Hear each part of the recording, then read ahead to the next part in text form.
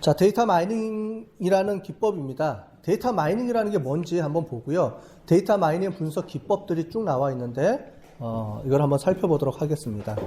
자, 먼저 데이터 마이닝이라는 게 뭐냐? 데이터 마이닝을 한마디로 정의를 하자면 분석 CRM입니다. 분석 CRM을 우리가 데이터 마이닝이라고 보시면 되겠어요. 마이닝이라는 게 뭐예요? 마인이라는 걸 우리가 광부에서 금 캐고 석탄 캐는 걸 우리가 마이닝이라고 합니다. 결국 뭐냐? 마이닝이라는 거는 우리가 기업에 존재하는 데이터들이 있는데 이 데이터로부터 뭔가를 캐내는 거예요. 그걸 데이터 마이닝이라고 부르는 겁니다. 그럼 뭘 캘 거냐? 뭘 캘 거냐? 데이터로부터 지식을 캐는 거죠. 지식. 그럼 지식이 뭐냐? 이런 것부터 우리가 해야 되겠죠? 자, 그럼 한번 보도록 하겠습니다. 목차는 넘어가고요. 특유의 두 가지 기법이 있습니다. 이 두 가지 기법을 우리가 배울 거예요. Unsupervised Learning, Supervised Learning 기법에 의해서 하나, 둘, 셋, 넷, 다섯, 6개의 분석 기법을 이제 앞으로 배우게 될 겁니다. 자, 사례를 보시면 아마존.com 같은 경우에 어떻게 하느냐? 이거 같은 경우에 추천 지수입니다. 추천. 여러분들 책방 같은 데 가보면 추천해 주죠. 뭐를 샀으면 이걸 산 사람은 이거를 구매할 확률이 높습니다. 추천해 주잖아요. 그죠? 이런 추천 지수라는 거가 있는데 이런 건 어떻게 되느냐?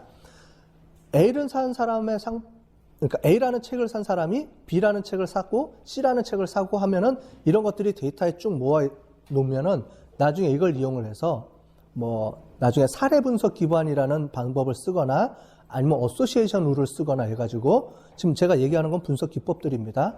이런 분석 기법들을 이용을 해서 추천할 상품을 골라내서 추천 지수를 보내주게 되는 거죠. 대부분 이런 데 많이 사용하고 있습니다. 실제로.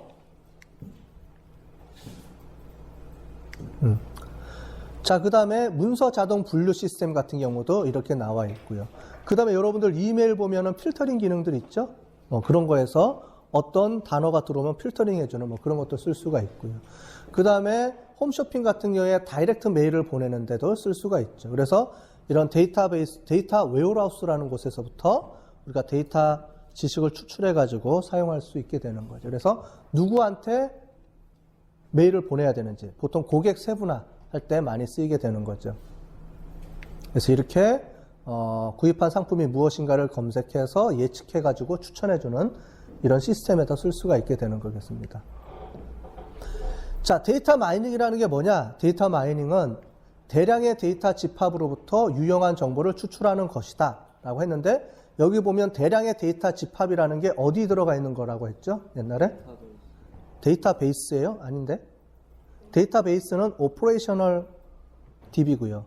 운영할 때 쓰는 거고 실제로는 그 데이터베이스에 붙어 있는 것들을 연도별로 쭉 모아놓는 곳이 따로 있다고 그랬죠. 데이터 웨어하우스. 그죠? 데이터베이스는 실질적으로 현재 운영하고 있는 시스템 데이터예요. 그걸 건드리면 안 되지. 그거는 그대로 작동하게 두고 1년부터 10년 정도까지의 데이터를 쭉 저장해서 모아놓는 공간을 우리가 데이터 웨어하우스라고 그랬잖아요. 데이터 마이닝 기법은 데이터 웨어하우스를 통해서 모아진 데이터를 분석하는 도구입니다. 기법이에요. 그래서 여기서의 대량의 데이터 집합이라는 거는 데이터 웨어하우스를 얘기합니다. 그래서 유용한 정보를 추출해내는 것, 정보라고 얘기하는데 실질적으로는 이제 널리지겠죠. 아까 전에. 그래서 어떤 상품을 사면 어떤 상품을 구매할 확률이 높은지 이런 지식들을 끄집어내가지고 연관성을 통해서 하는 거죠. 그래서 보면 의미 있는 패턴과 규칙을 발견하기 위해서 자동화되거나 또는 반자동화된 도구를 이용해서 대량의 데이터를 탐색하고 분석하는 과정이다라고 돼 있죠. 일단은 그럼 뭐겠어요? 뭐가 필요하겠어요? 대량의 데이터 집합 셋이 필요하겠죠. 그래서 데이터 웨어하우스라는 것을 구축해야 되고요. 거기서 자동화되거나 또는 반자동화된 도구를 이용해서 검색해야 된다 그랬죠. 그때 쓰는 게 데이터 마이닝 툴들이죠. 데이터 웨어하우스는 데이터 저장 공간을 얘기하는 거고 거기서부터 데이터를 추출해내는 방법을 데이터 마이닝이라고 하는 겁니다. 이해되셨어요? 그 데이터 마이닝 기법에는 여러 가지가 있는데 크게 슈퍼바이즈드, 언슈퍼바이즈드 러닝이라는 말을 써서 하게 될 겁니다. 그건 나중에 다시 알려드릴 거예요. 왜 이게 슈퍼바이즈드고 왜 이게 unsupervised인지, 왜 틀리고 언제 쓰는 건지 이런 것들은 우리가 계속 해나가면서 배울 겁니다. 자, 요거는 뭐 이거를 좀 더 의미 있게 써놓은 거니까 넘어가도록 하겠습니다. 그래서 데이터 마이닝이란 뭐냐? knowledge discovery, 그 다음에 in large database. 그래서 여기 보면은 광부들이 금강에서 금 캐는 거 있죠? 그런 것처럼 실제로 우리가 수많은 쓸데없는 데이터셋 중에서 의미 있는 어떤 뭔가를 끄집어내는 게 마이닝이라는 거고, 데이터에서 그걸 끄집어내는 기법, 그래서 데이터 마이닝이라고 한다라고 볼 수 있겠죠. 그래서 대량의 데이터로부터 이전에 알려진 거면 의미가 없죠. 이전에 알려지지 않은. 그 다음에 묵시적이라는 말은 뭐냐면 실제로 잘 안 알려져 있는 거, 가려져 있는 걸 얘기합니다. 실제로 눈에서 보면 사람들이 잘 파악을 못하는 거지만 이런 걸 통해서 끄집어낸다는 얘기겠죠. 그래서 잠재적으로 유용한 정보를 탐사하는 작업인데, 여기 보면 우리가 많이 쓰는 게 비즈니스 인텔리전스라는 말이 있습니다. 여러분들 중에서 이제 지식관리라는 거를 수업을 듣고 있나요? 듣나? 아직 안 듣나요? 지식관리 수업도 이런 개념이라고 보시면 되겠어요. 어쨌든 비즈니스 인텔리전스라는 게 있습니다. 비즈니스 인텔리전스. 비즈니스 인텔리전스와의 차이점은 뭐냐면 여기 나와 있죠.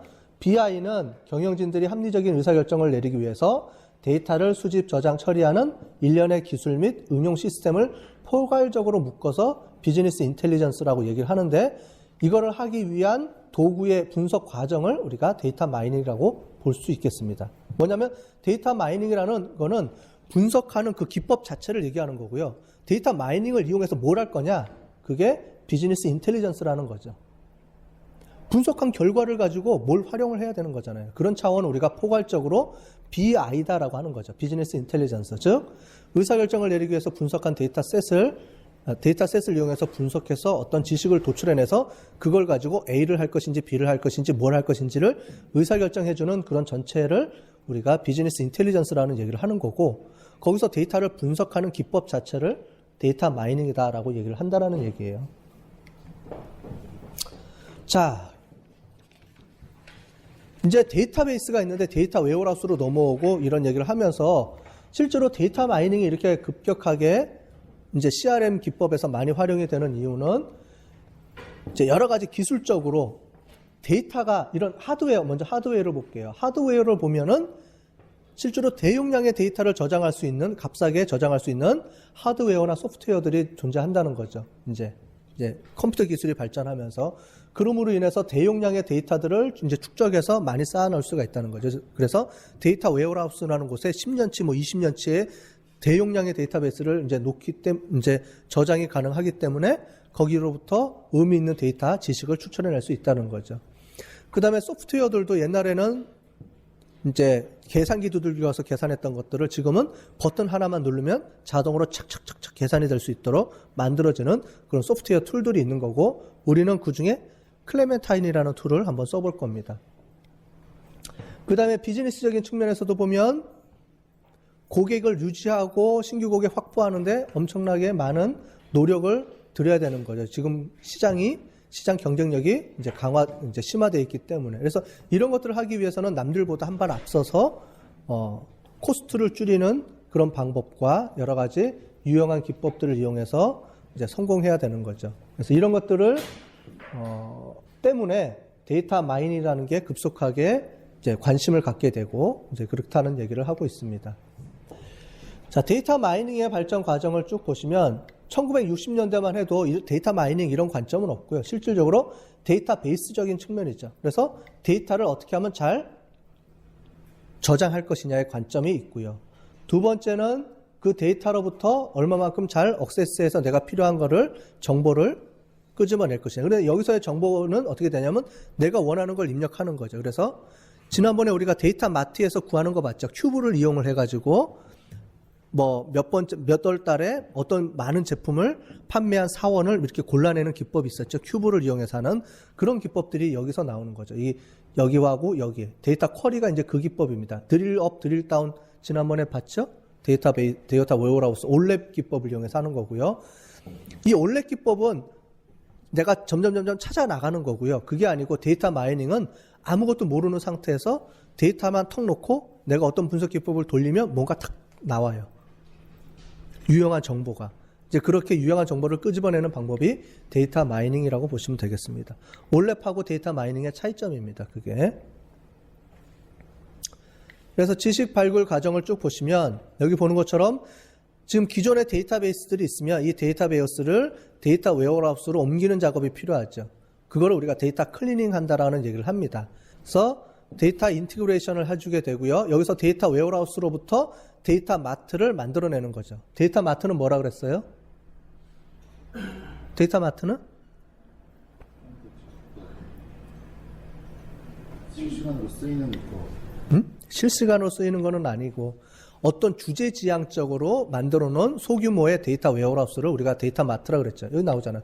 태스크 릴레번트 데이터라 그랬죠. 데이터 웨어하우스는 전체 10년간의 데이터를 다 모아놓은 거고 그 중에서 야 우리는 영업부서에서는 요러요러한 데이터만 필요해. 그것만 따로 뽑아줘.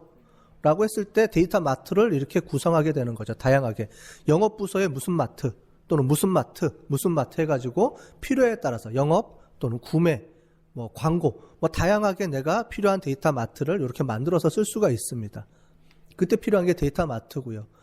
데이터 웨어하우스로부터 바로 끄집어낼 수도 있지만 실제로 데이터 마트를 통해서 이제 끄집어낼 수가 있겠죠. 그럴 때 데이터 마이닝 기법을 이용해서 어떤 패턴을 우리가 찾아내고 분석하게 되는 거죠.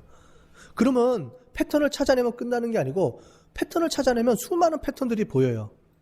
그런데 이제 중요한 거는 그 중에서 내가 뭘 비즈니스 룰로 할 것인지를 골라내는 거죠. 그게 지식이죠. 얘는 통계적으로 숫자적으로 의미 있는 관계가 되는 것들을 쭉 뽑아냅니다. 쭉 뽑아내면 그거를 가지고 의미 있게 붙여야 되는 거죠. 왜 그럴까? 이런 이유 때문에 합리적인 의사결정을 할 수 있도록 지식 체계화 시켜야 되는 거죠. 데이터 마이닝을 돌리면 수많은 지식들이 도출됩니다. 뭐냐면 얘는 의미 있고 없고를 계산을 못하기 때문에 수치적으로 의미 있다고 생각되는 모든 룰들을 다 찾아줘요. 그러면 이제 그걸 가지고 마케팅이라든가 영업을 하는 사람들이 그걸 보고 이게 맞는지 틀리는지를 우리가 고민을 해야 되는 거죠. 한 예로 기저귀하고 맥주의 관계를 지난번에 한번 예제로 설명을 드렸죠. 기저귀하고 맥주는 관계가 있다는 걸 아무도 몰랐죠. 누구도. 왜냐하면 그거는 묵시적인 지식인 거죠. 숨겨져 있어서 안 보인다는 거죠. 그런데 어소시에이션 룰을 돌려봤더니 데이터 마이닝 기법을 돌려봤더니 나오더라 이거예요. 그게 딱. 그러면 이거를 버릴 건지 아니면 이거를 이용해서 뭔가를 할 것인지를 결정해야 되는 거죠. 그러면 이제 마케팅 부서에서 전략회의가 모이는 거죠. 자, 이런 룰들이 쭉 분석돼서 나왔는데 이 룰 중에 실제로 의미가 있는 룰이 뭘까? 그리고 이게 나왔는데 왜 그렇지?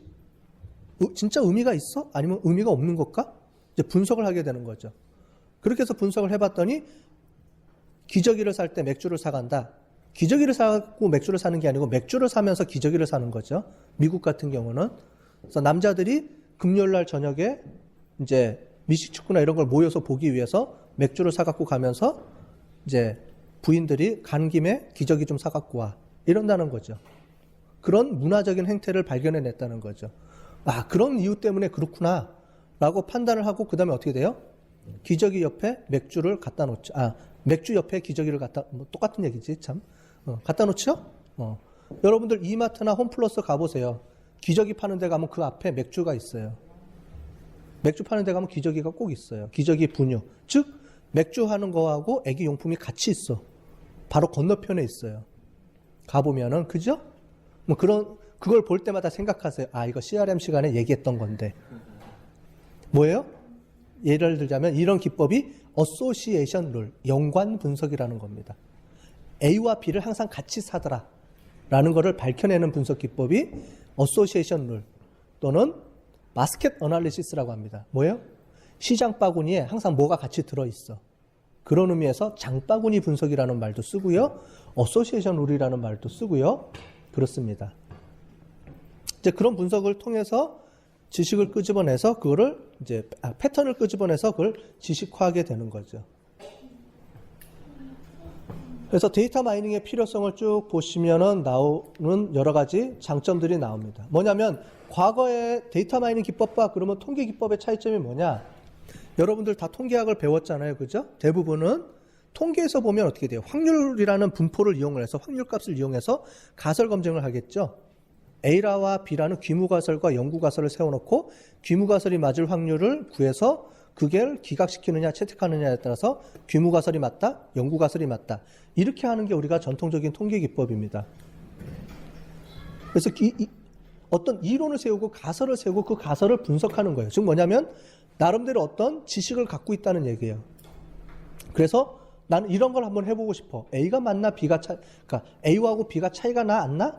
A, B, C 중에 연관성이 있는 거는 뭘까?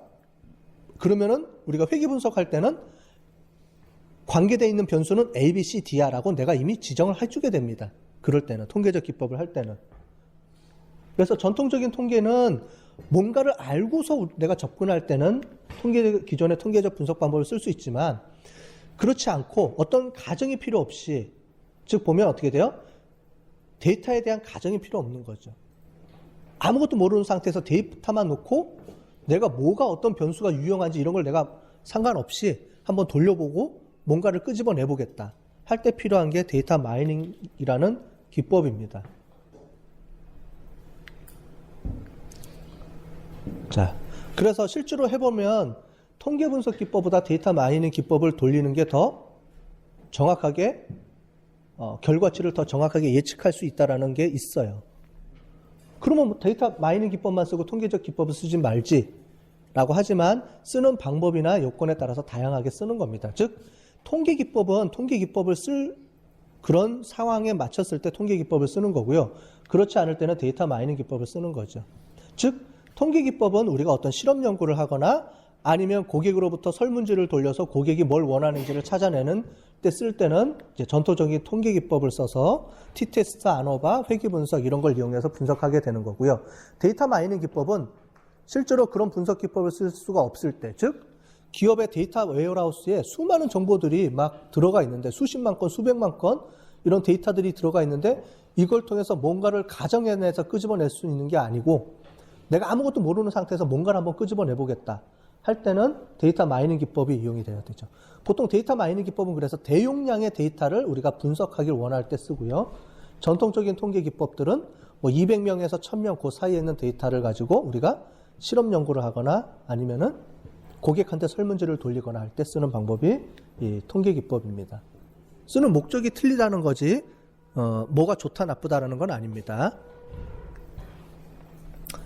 그래서 실제로 데이터 마이닝을 보시면 이런 여러 가지 정보들이 데이터 웨어하우스에 저장이 되고 실제로 이 대장 데이터에서 데이터 마이닝 기법을 이용해서 어떤 지식과 패턴이 도출이 되고 나면 이거를 CRM 쪽에다 응용할 수도 있고요. SCM 또는 퀄리티 매니지먼트, 뭐 로지스틱, 물류 이런 쪽으로 쭉 이용할 수가 있는 거죠. 다양한 방법으로 우리가 이용할 수가 있습니다.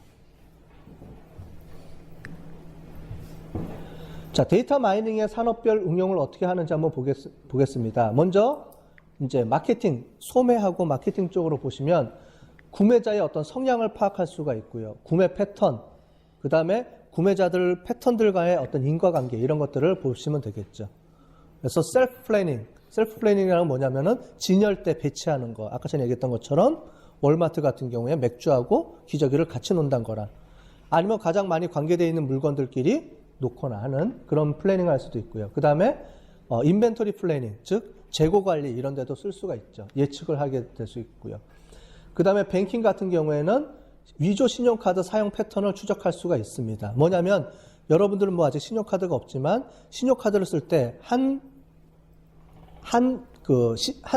가게집에서 똑같은 금액을 여러 번 긁게 되면 전화가 옵니다.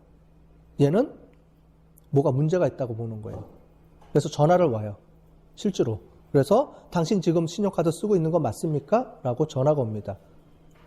그랬을 경우에 이제 이렇게 판단하는 거죠. 그래서 신용카드 패턴을 이제 봐가지고 어떤 패턴이 나올 때 이 사람이 그러니까 사기가 있을 확률이 높다 낮다 이런 거를 분석해서 이벤트하고 연결해가지고 탁탁 뜨게 되는 거죠. 카드 회사 같은 경우에. 그때 쓰는 것도 있고요. 그 다음에 로얄 고객을 정의하는 경우도 있고, 그 다음에 예측, 그 다음에 뱅크럽시 판단하는 방법.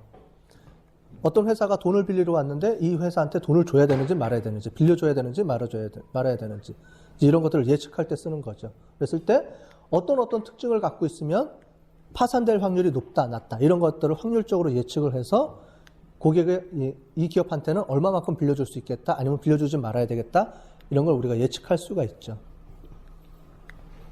그 다음에 보험 같은 경우도 이제 클레임 어널리시스도 할 수가 있고요. 그 다음에 리스크, 그 다음에 위조 행위, 이런 것들도 예측할 수가 있겠습니다. 그 다음에 이제 의료 쪽에서도 마찬가지로 의료 쪽에서도 판단할 수가 있고요. 그 다음에 약을 주는 경우도 있습니다. 그러니까 뭐 전문가 활용 시스템이 이제 여기서 나온 건데요. 이제 나중에 이런 걸 할 때 제가 다시 또 설명을 드릴게요. 각각에 대해서. 그 다음에 뭐 여러 가지 방법들이 있다라고 볼 수가 있겠습니다.